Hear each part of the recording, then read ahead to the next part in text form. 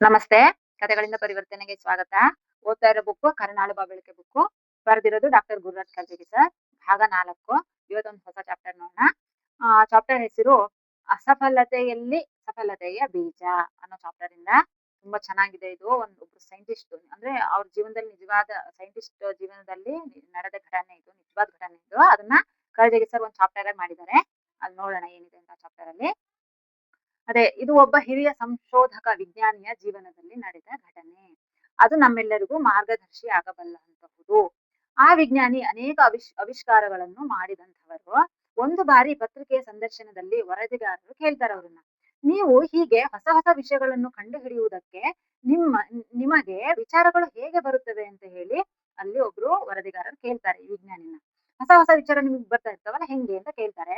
ಈ ಸೃಜನಶೀಲತೆ ನಿಮ್ಮಲ್ಲಿ ಇಷ್ಟು ವಿಶೇಷವಾಗಿರುವುದು ಹೇಗೆ ಸಾಧ್ಯ?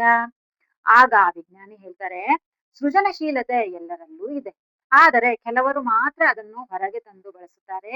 ಈ ಸೃಜನಶೀಲತೆಯನ್ನು ಹೊರಗೆ ತರುವ ಕ್ರಿಯೆಯಲ್ಲಿ ತಂದೆ ತಾಯಿಯರ ಮತ್ತು ಶಿಕ್ಷಕರ ಪಾತ್ರ ತುಂಬಾ ಹಿರಿಯದಾದದ್ದು. ನಮ್ಮ ಜೀವನದಲ್ಲೂ ಅಷ್ಟೇ. ಒಂದು ಘಟನೆ ನಾನು ಜೀವನವನ್ನು ನೋಡುವ ರೀತಿಯನ್ನೇ ಬದಲಿಸಿತು. ಯಾವುದು ಆ ಘಟನೆ ಅಂತ ಹೇಳಿ ಆ ವರದಿಗಾರರು ಕೇಳ್ತಾರೆ.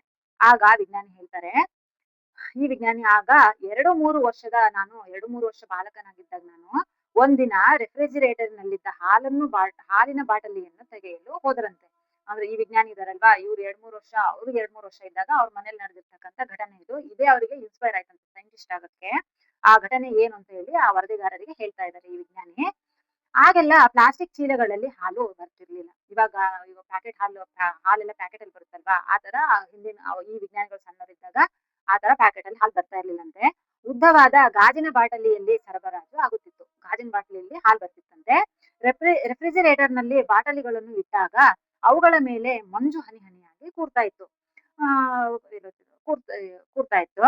ಈ ಹುಡುಗ ತನ್ನ ಪುಟ್ಟ ಕೈಗಳಿಂದ ಆ ಬಾಟಲಿಯನ್ನು ಎಳೆದಾಗ ಕೈ ಜಾರಿ ಕೆಳಗೆ ಬಿದ್ದು ಒಡೆದು ಹೋಯ್ತು. ಮೊದ್ಲೇ ಗಾಜಿನ ಬಾಟ್ಲು ಅದು ಫ್ರಿಜ್ ಅಲ್ಲಿ ಇದ್ದ ಗಾಜಿನ ಬಾಟ್ಲು ಮೇಲ್ಗಡೆ ಅದು ಇದು ಐಸ್ ಕೂತಿದ್ದಾಗ ಅದು ಬಾಟ್ಲು ಜಾರುತ್ತಲ್ವಾ, ಅದನ್ನ ತಗೊಂಡ್ ಬರಕ್ ಹೋದಾಗ ಅದು ಹಾಲಿನ ಬಾಟ್ಲಿ ಬಿದ್ದು ಒಡೆದೋಗುತ್ತೆ. ಅಡುಗೆ ಮನೆಯೆಲ್ಲ ನೆಲವೆಲ್ಲ ಹಾಲಿನ ಪುಟ್ಟ ಸಮುದ್ರವೇ ಆಯ್ತು. ಹುಡುಗ ಗಾಬರಿಯಾದ. ಅಯ್ಯೋ, ತಾಯಿಯಿಂದ ಶಿಕ್ಷೆ ದೊರೆಯುವ ಭಯ ತೊಡಗ್ತು. ಅವ್ನು ಯಾವಾಗ ಬಾಟ್ಲು ಬೀಳಿಸ್ತಾ ಅವ್ನಿಗೆ ಭಯ ಶುರು ಆಗ್ಬಿಡ್ತು. ಅಯ್ಯೋ, ಅಡ್ಗೆ ರೂಮ್ ತುಂಬಾ ಹಾಲು ಚೆಲ್ಲೋಯ್ತು, ಇನ್ ನಮ್ಮಮ್ಮ ಬಂದು ನನಗೆ ಶಿಕ್ಷೆ ಕೊಡ್ತಾರೆ ಅಂತ ಹೇಳಿ ಪಾಪ ಅವರಿಗೆ ಭಯ ಆಗೋಕ್ ಶುರು ಆಯ್ತು.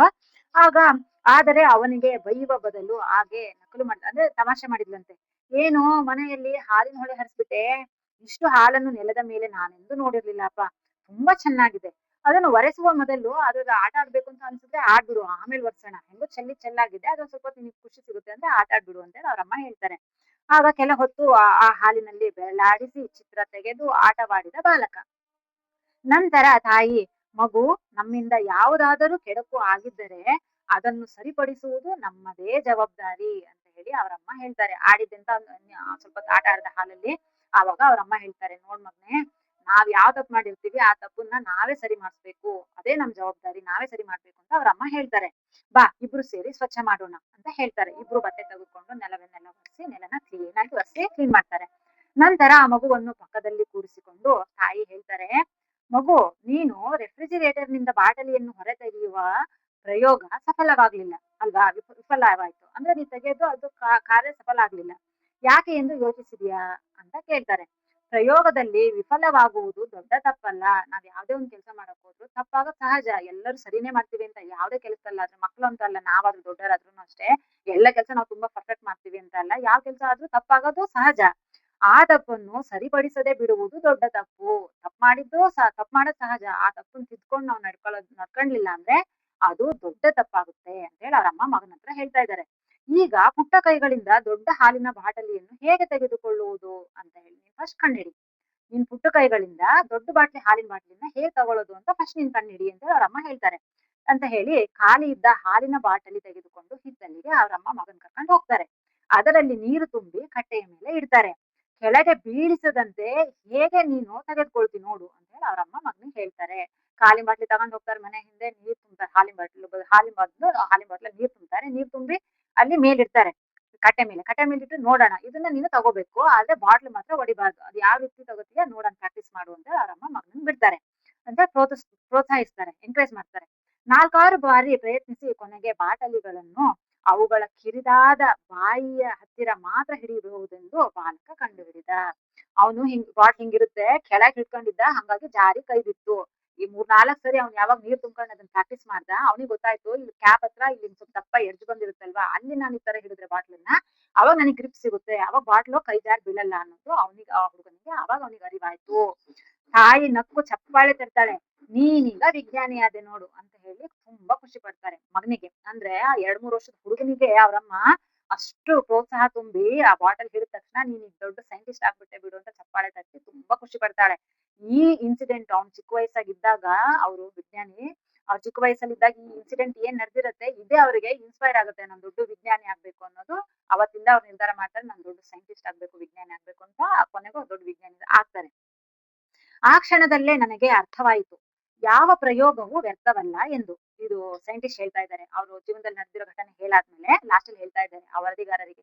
ಆ ಕ್ಷಣದಲ್ಲೇ ನನಗೆ ಅರ್ಥ ಆಯ್ತು, ಯಾವ ಪ್ರಯೋಗವೂ ವ್ಯರ್ಥವಲ್ಲ ಎಂದು. ಪ್ರತಿಯೊಂದು ವಿಫಲ ಪ್ರಯತ್ನದಲ್ಲಿ ಮುಂಬರುವ ಸಫಲತೆಯ ಬೀಜ ಅಡಗಿದೆ. ಯಾವ್ದ್ರಲ್ಲಿ ನಾವು ತಪ್ಪಾಯ್ತು ಅಂತ ಅನ್ಕೋತೀವೋ ಅದ್ರಲ್ಲೇ ನಾವು ಪ್ರಯತ್ನ ಪಟ್ರೆ ಅದ್ರಲ್ಲೇ ಒಂದು ನಾವು ಸಾಧನೆ ಮಾಡಕ್ ಸಾಧ್ಯ ಅಂತ ಹೇಳಿ ಅವರಿಗೆ ಚಿಕ್ಕ ವಯಸ್ಸಲ್ಲೇ ಗೊತ್ತಾಯ್ತಂತೆ. ಎದೆಗೆಟ್ಟು ಪ್ರಯತ್ನ ನಿಲ್ಲಿಸಿದರೆ ಸಫಲತೆ ದಕ್ಕದೆ ಹೋಗುತ್ತದೆ. ಅಯ್ಯೋ ತಪ್ಪಾಗ್ಬಿಡ್ತಲ್ಲ ನನ್ನಿಂದ, ಇಷ್ಟಕ್ಕೆ ಮುಗೀತು ಅಂತ ಹೇಳಿ ಅದನ್ನ ಅಷ್ಟಕ್ಕೆ ಬಿಟ್ಟು ನಾವು ಮುಂದೆ ಪ್ರಯತ್ನ ಪಡ್ಲಿಲ್ಲ ಅಂದ್ರೆ ಸಫಲತೆಯ ಕಾರ್ಯ ನಮಗೆ ದೊರಕೋದಿಲ್ಲ, ಅಂದ್ರೆ ನಮಗೆ ಅಚೀವ್ ಮಾಡೋದು ಸಾಧ್ಯ ಆಗೋದಿಲ್ಲ. ಈ ಸಫಲತೆಯನ್ನು ವಿಫಲತೆಯ ರಾಶಿಯಲ್ಲಿ ಹುಡುಕುವುದೇ ಸೃಜನಶೀಲತೆಯನ್ನು ಬೆಳೆಸುವ ರೀತಿ ಎಂದರು ವಿಜ್ಞಾನಿ. ನಾವ್ ಯಾವ್ದನ್ನ ತಪ್ಪು ಮಾಡಿರ್ತೀವಿ, ಯಾವ್ದ್ ನಮ್ ಕೆಲ್ಸ, ನಾವೇನೋ ಒಂದ್ ಕೆಲಸ ಮಾಡಕ್ ಹೋಗ್ತೀವಿ, ಅದು ಅರ್ಧಕ್ಕೆ ಸ್ಟಾಪ್ ಆಗುತ್ತೆ, ಅದು ಅಯ್ಯೋ ಇದು ಮುಗಿದೋಯ್ತು, ಇದು ಏನೂ ಆಗಲ್ಲ ಇದರಿಂದ ಅಂತ ನಾವ್ ಅಷ್ಟಕ್ಕೆ ಬಿಡ್ಬಾರ್ದು. ನಾವ್ ಯಾವ್ದ್ರಲ್ಲಿ ಸೋತಿರ್ತೀವಿ, ನಾವ್ ಯಾವ್ದ್ರಲ್ಲಿ ಬಿದ್ದಿರ್ತೀವಿ, ಯಾವ್ದ್ರಲ್ಲಿ ಎಡವಿರ್ತೀವಿ, ಅದ್ರಲ್ಲೇ ನಾವ್ ಏನ್ ಮಾಡ್ಬೋದು, ಇದ್ರಲ್ಲಿ ಏನ್ ನಾವು ತಗೋಬಹುದು, ಇದ್ರಲ್ಲಿ ಏನ್ ನಾವ್ ಮತ್ತೆ ಮತ್ತೆ ಏನ್ ಅಂದ್ರೆ ಹೊಸದಾಗಿ ಮಾಡಿ ಇದ್ರಲ್ಲೇನೆ ನಾವು ಬಿದ್ದಿದ್ದಲ್ಲೇ ಹೆಂಗ್ ಹೇಳೋದು ಅಂತ ಹೇಳಿ ನಾವ್ ಯೋಚನೆ ಮಾಡಿದಾಗ ಅದ್ರಲ್ಲೇ ನಮಗೆ ಹೊರಗ್ ಬರಕ್ ದಾರಿ ಸಿಗುತ್ತೆ ಅಂತ ಹೇಳಿ ವಿಜ್ಞಾನಿಗಳು ಹೇಳ್ತಾ ಇದ್ದಾರೆ. ಕರಜಗಿ ಸರ್ ಲಾಸ್ಟ್ ಅಲ್ಲಿ ಹೇಳಿದ್ದಾರೆ, ನಾವು ನಮ್ಮ ಮಕ್ಕಳನ್ನು ಈ ರೀತಿ ಪ್ರೋತ್ಸಾಹಿಸಬಹುದಲ್ಲವೇ, ಆಗ ನಾವು ಕೂಡ ಮಕ್ಕಳನ್ನು ಸೃಜನಶೀಲತೆಯ ಹಲವಾರು ಮಜಲುಗಳ ಕಡೆಗೆ ಕರೆದೊಯ್ಯಬಹುದು ಅಂತ ಹೇಳಿ ಕರಜಗಿ ಸರ್ ಹೇಳ್ತಾ ಇದ್ದಾರೆ. ನಾವ್ ನೋಡಿ ಮಕ್ಳು ಮನೇಲಿ ಎಲ್ಲರೂ ಒಂದ್ ತಪ್ಪು ಮಾಡ್ಬಿಟ್ರೆ, ಏನಾರು ಬೀಳ್ಸಿದ್ರೆ, ಏನಾರು ಹೊಡೆದ್ರು ಅಥವಾ ಇನ್ನೊಂದ್ ಹಾಳು ಮಾಡಿದ್ರು ಅಂದ ತಕ್ಷಣ ನಾವ್ ಈ ತರ ಪ್ರೋತ್ಸಾಹ ಮಾಡೋದೇ ಇಲ್ಲ, ಬೈತೀವಿ, ಹೊಡಿತೀವಿ, ನೀನ್ ನಿಂತು ಅಷ್ಟ ಮಾಡ್ದೆ ಇಷ್ಟ ಮಾಡ್ದೆ ಅಂತ ಹೇಳಿ.